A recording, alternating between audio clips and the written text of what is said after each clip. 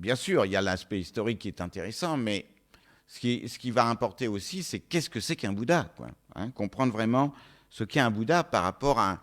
Est-ce que c'est un être humain, par exemple, hein? Parce qu'il y a des biographies qui ont une tendance à l'humaniser. Ça, c'était, par exemple, une grande mode au XIXe siècle, c'est de présenter le Bouddha comme un homme, vraiment un homme de capacité supérieure, hein. Et puis c'est un petit peu aussi parce qu'on a repris des récits plutôt théravadines. Et dans le Theravada, c'est vrai qu'on va insister plus peut-être sur des aspects humains, bien que, même dans le Theravada, on dit bien que le Bouddha est au-delà de la condition humaine. On le dit, hein. Mais on va quand même présenter plus les choses sous un biais humain. Alors que dans le Mahayana, le Bouddha, alors là, il prend une autre dimension et il décolle, hein. Et puis il y a des éléments quand même aussi dans la description des Bouddhas qui nous montrent que ce n'est pas tout à fait un être humain. Et oui, ce n'est pas tout à fait un être humain. Ça peut paraître bizarre de dire ça, n'est-ce pas? Mais le Bouddha n'est pas un être humain. Alors, je sens qu'il y en a qui se disent « Aïe, aïe, aïe, c'est quoi? C'est un E.T.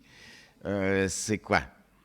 Ben, pourquoi je dis ça? Tout simplement parce que l'état de Bouddha, c'est un état inconditionné. C'est-à-dire un état pleinement éveillé, hein, et totalement libéré de tous les conditionnements. Or, la condition humaine est une condition, tout simplement. Et que quand on est un être humain, ben on a plein de conditionnements. Et on n'est absolument pas libre de ces conditionnements, parce qu'on a des conditionnements par le corps, on a des conditionnements par notre esprit et par notre parole. Et donc, on est un être parfaitement limité dans sa condition humaine. Si le Bouddha était un être humain, ça voudrait dire qu'en fait, on n'aurait pas grand-chose à apprendre de lui, puisqu'il serait conditionné comme nous. Donc, en quoi un être conditionné pourrait nous aider à nous déconditionner? Le Bouddha est quand même autre chose qu'un psychothérapeute. Ça va quand même un peu plus loin, hein. Donc, il faut comprendre que c'est un être qui a dépassé tous les conditionnements possibles et imaginables. Donc, c'est pas rien.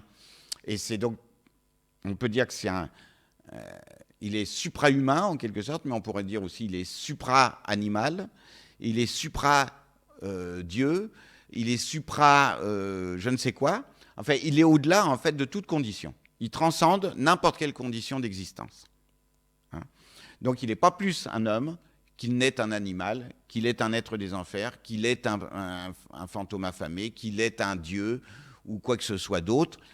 Parce que dans la vision bouddhiste, il y a plusieurs types de conditions d'existence, hein. Évidemment, nous, on connaît surtout la condition animale à côté de celle des êtres humains, parce qu'on côtoie les animaux physiquement, mais il semble qu'il y ait aussi d'autres dimensions d'existence qui sont des dimensions projetées par l'esprit, hein, des êtres conditionnés. Donc, les différentes destinées dont on parle dans le bouddhisme, c'est simplement des schémas d'existence produits par l'esprit des êtres, hein, dans lequel ils sont projetés entièrement, d'existence en existence, hein. Donc, un Bouddha n'est plus soumis à ce type d'existence conditionnée, tout simplement.